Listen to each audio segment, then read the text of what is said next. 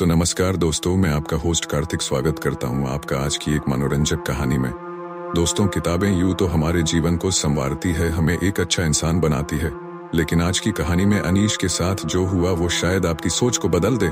शहर के बाहर पहाड़ियों के बीच बसा एक छोटा सा कस्बा था। नाम था निशाचरपुर।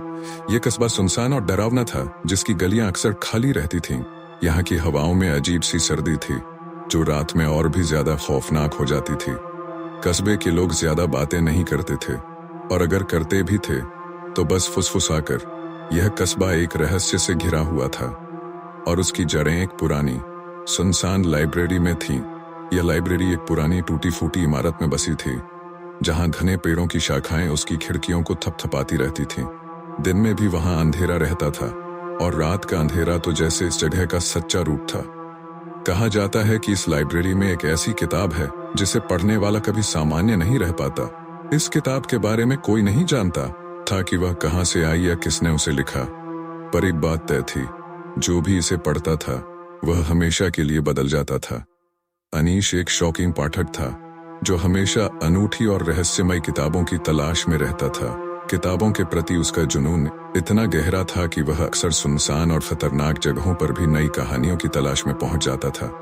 जब उसे निशाचरपुर की इस लाइब्रेरी के बारे में पता चला, तो उसकी रूह में एक अजीब सा रोमांच दौड़ गया। वहां के रहस्यों की कहानियां उसने सुनी थी, लेकिन किसी ने उसे यह नहीं बताया था कि वहां कदम रखना कितना खतरनाक हो सकता है। उस शाम जब वह लाइब्रेरी पहुंचा, तो वातावरण में कुछ असामान्य महसूस हुआ। हवा में एक सर्द मटमैला सा कोहरा तैर रहा था, और लाइब्रेरी के आसपास घने पेड़ ऐसे खड़े थे जैसे अंधेरे के गवाह हों। उसकी हर सांस में ठंड और बेचैनी घुली हुई थी। जब उसने भारी लकड़ी का दरवाजा खोला, तो एक धीमी सी चीख की आवाज आई, जैसे कोई बहुत पुराना राज इस जगह की दीवारों के बीच छिपा हो। लाइब्रेरी के भीतर कदम रखते ही ठंड ने उसे ऐसे जकड़ लिया जैसे वहां के समय ने अपनी रफ्तार रोक दी हो।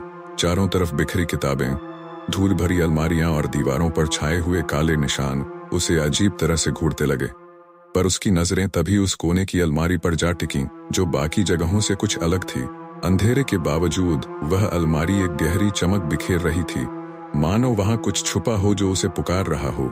अलमारी की दरारों के बीच से एक ठंडी हवा का झोंका अनीश के चेहरे से टकराया, और उसकी रीढ़ की हड्डी में सिहरन दौड़ गई। जैसे जैसे वह पास गया, उसकी सांसें तेज होने लगीं। वहां रखी मोटी काले चमड़े से बंधी किताब उस जगह की बाकी किताबों से कहीं अलग थी। उसने किताब को जैसे ही उठाया, मानो उसका हाथ किसी बर्फीले झोंके से गुजर गया हो। उसकी नसों में एक ठंडक दौड़ी, जैसे उसकी आत्मा को कुछ जकड़ने की कोशिश कर रहा हो। उसका दिल जोर जोर से धड़कने लगा, पर फिर भी वह उसे छोड़ने की हिम्मत नहीं कर पाया। उसके हाथ अनजाने में किताब के पन्ने पलटने लगे, और हर पन्ने के साथ अनीश को लगा कि किताब उसे अपने जाल में फंसा रही है। किताब के भीतर जैसे कोई अदृश्य ताकत थी, जो उसके मन के गहरे अंधेरों को टटोल रही थी। शब्द धुंधले होते गए, लेकिन उनकी गूंज अनीश के कानों में साफ सुनाई दे रही थी। अचानक उसे लगा कि वह लाइब्रेरी में अकेला नहीं है। कोई उसकी पीठ के पीछे खड़ा था, नजदीक, बहुत नजदीक। उसने पीछे मुड़कर देखा, पर वहां कुछ भी नहीं था।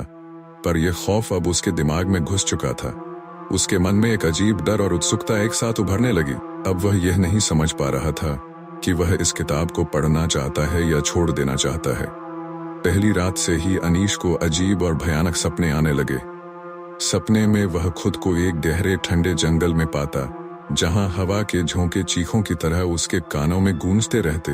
उस जंगल में हर तरफ एक अजीब सी सफेद धुंध फैली होती, जिसमें परछाइयां झलकती, विचित्र और अनजानी। धुंध के पीछे से परछाइयां धीरे धीरे उसकी ओर बढ़ने लगती, जैसे वह उनके पास खींचता जा रहा हो। हर बार अनीश भागने की कोशिश करता, लेकिन उसकी टांगें जैसे भारी हो जाती, और वह उस डरावने जंगल में फंसा रह जाता। जितना वह भागता, जंगल उतना ही घना और अनंत लगता। पेड़ उसकी राह रोक लेते, और धरती जैसे उसे निगलने को तैयार रहती। फिर अचानक उसके पीछे से किसी ठंडी और अदृश्य ताकत का हाथ उसकी गर्दन पकड़ लेता। उसकी सांसें घुटने लगती, और अंधेरे में खामोशी के बीच हल्की सी हंसी सुनाई देती। वह ताकत उसे पीछे की ओर घसीटने लगती, और उसकी चीख उसके गले में ही दब जाती। अनीश के दिल की धड़कन इतनी तेज हो जाती, मानो उसका सीना फट जाएगा। फिर अचानक उसकी आंखें खुल जाती, वह बिस्तर पर पसीने में लथपथ पड़ा होता, पर उसे ऐसा लगता कि अभी भी वही जंगल उसके चारों ओर है। कमरे की दीवारों पर उसे अजीब सी परछाइयां नजर आती और उसकी सांसों में वही ठंडक और डर भरी हवा महसूस होती। लेकिन यह खौफ यहीं खत्म नहीं होता। दिन के उजाले में भी वह सपनों का असर अपने ऊपर मंडराते हुए महसूस करता। रात दर रात सपने और भी विकराल हो गए। अब उसके सपनों में अजीबोगरीब चेहरे नजर आने लगे। उनकी आंखें गड्ढों की तरह खाली थीं और उनकी त्वचा नीली और सड़ी गली। वे चेहरों से अनीश की ओर देखते और धीरे धीरे उसकी ओर बढ़ते। उनके ठंडे खून से लथपथ हाथ अनीश को जकड़ लेते, जैसे वह उसे किताब के भीतर खींच रहे हों। अनीश की चीखें उसकी नींद में ही गुम हो जाती और जब वह जागता तो उसे लगता जैसे कोई अंधेरी परछाई कमरे के कोने से उसे घूर रही हो। किताब की जकड़ अब सिर्फ सपनों तक सीमित नहीं रही थी। दिन में भी अनीश को अजीब आवाजें सुनाई देने लगीं। कभी कमरे के कोने से हल्की फुसफुसाहट आती, कभी किताब के पन्ने खुद ब खुद पलटने लगते। कभी कभी उसे लगता कि किताब के अंदर की आकृतियां उसे बुला रही हैं, उसे अपने अंदर खींच लेना चाहती हैं। हर बार जब वह किताब को पढ़ने बैठता, उसकी धड़कनें तेज हो जाती और कमरे की हवा और भी भारी हो जाती। उसकी आंखों के सामने किताब के पन्ने जैसे धुंधले हो जाते और उन पर खून के धब्बे उभरने लगते। अब किताब उसकी नींद और जागते समय दोनों पर हावी हो चुकी थी। कुछ हफ्तों बाद अनीश ने महसूस किया कि किताब उसे धीरे धीरे पागल कर रही थी। हर वक्त उसे वही सपने और अजीब सी फुसफुसाहट सुनाई देती, जैसे कोई अंधेरे में खड़ा होकर उसके कानों में कुछ बड़बड़ा रहा हो। उसकी नींदें टूटने लगी, खाने पीने का होश नहीं रहा और हर दिन उसे लगता जैसे कोई अदृश्य शक्ति उसका पीछा कर रही हो। कमरे में अकेले बैठने पर भी उसे ऐसा लगता मानो कोई उसके पीछे खड़ा हो और उसकी हर हरकत देख रहा हो। आखिरकार उसने किताब से छुटकारा पाने का फैसला किया। वह एक ठंडी सर्द रात थी जब अनीश ने भारी मन से किताब को उठाया और चुपचाप जंगल की ओर चल दिया। हवा सर्द थी और रात के सन्नाटे में पेड़ों की सरसराहट से अजीब सी बेचैनी पैदा हो रही थी। उसके दिल की धड़कन तेज हो गई थी, लेकिन उसने खुद को समझाया कि बस एक बार इस किताब से छुटकारा मिल जाए तो सब ठीक हो जाएगा। वह नदी के किनारे पहुंचा, जहां पानी का ठंडा बहाव डरावनी चुप्पी को तोड़ रहा था। उसने किताब को उठाकर पूरी ताकत से नदी में फेंक दिया। किताब ने हवा में एक खौफनाक हलचल पैदा की और दूर पानी में गिर गई। उसकी राहत की सांस भारी थी, जैसे उसकी आत्मा का बोझ हल्का हो गया हो। अनीश ने पीछे मुड़कर देखा और सोचा अब यह खत्म हो गया, लेकिन यह तो बस शुरुआत थी। अगली सुबह जब अनीश ने अपनी लाइब्रेरी का दरवाजा खोला तो उसकी सांस अटक गई। सामने डेस्क पर वही किताब पड़ी थी, अधजगी आत्माएं, बिल्कुल वैसे ही जैसे वह उसे छोड़कर गया था। उसका चेहरा सफेद पड़ गया, पसीने की बूंदें उसके माथे से टपकने लगीं। उसने अपनी आंखें मलकर दोबारा देखा, लेकिन किताब हकीकत में वही थी। यह कैसे संभव है? उसने खुद से बड़बड़ाया। उसने खुद अपनी आंखों से देखा था कि किताब नदी की गहराइयों में समा गई थी, लेकिन अब यह वापस उसी जगह पर उसकी आंखों के सामने थी, मानो कभी हटी ही ना हो। उसकी सांसें तेज हो गईं और उसके दिल की धड़कन अब उसकी धड़कन से ज्यादा किसी मौत के निकट अनुभव जैसी थी।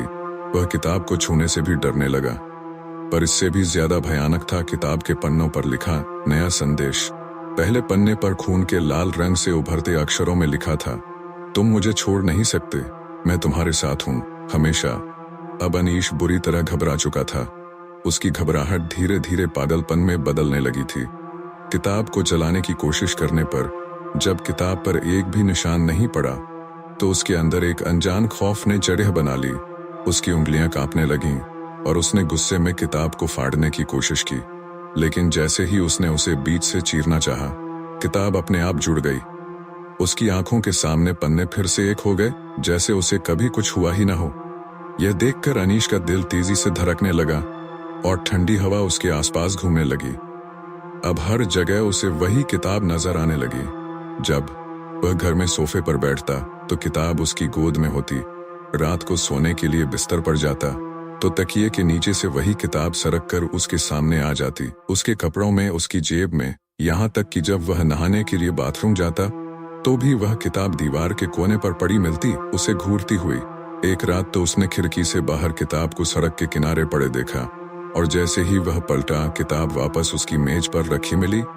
एक दिन उसने इसे सबसे दूर पहाड़ों की गहराई में फेंकने की कोशिश की।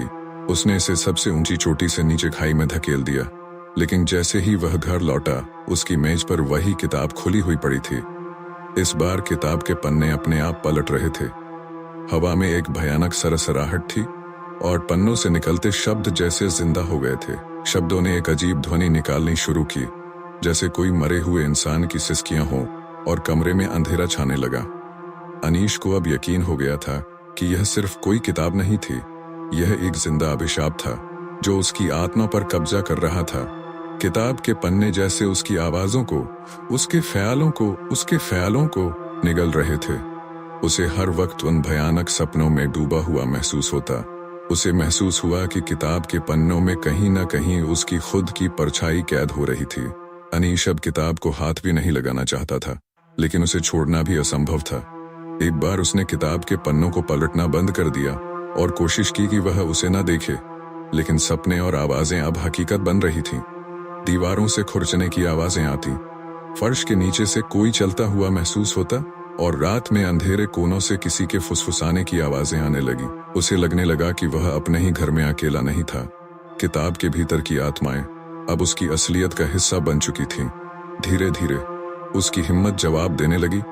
अब वह अंधेरे में कुछ भी सुनने के बजाय किताब के पन्ने पलटने में ही खुद को सुरक्षित महसूस करने लगा।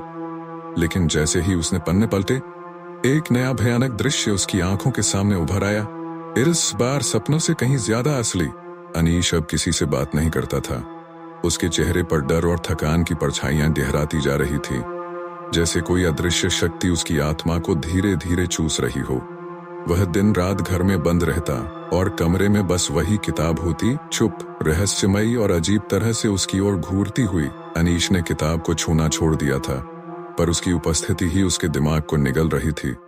किताब अब भी शांत थी, लेकिन उसकी खामोशी किसी खतरनाक तूफान से पहले की खामोशी जैसी थी। कमरे में कोई हलचल नहीं, फिर भी अनीश को हमेशा ऐसा लगता था कि किताब के पन्ने खुद ब खुद पलटते हैं, मानो वह खुद को पढ़वा रही हो।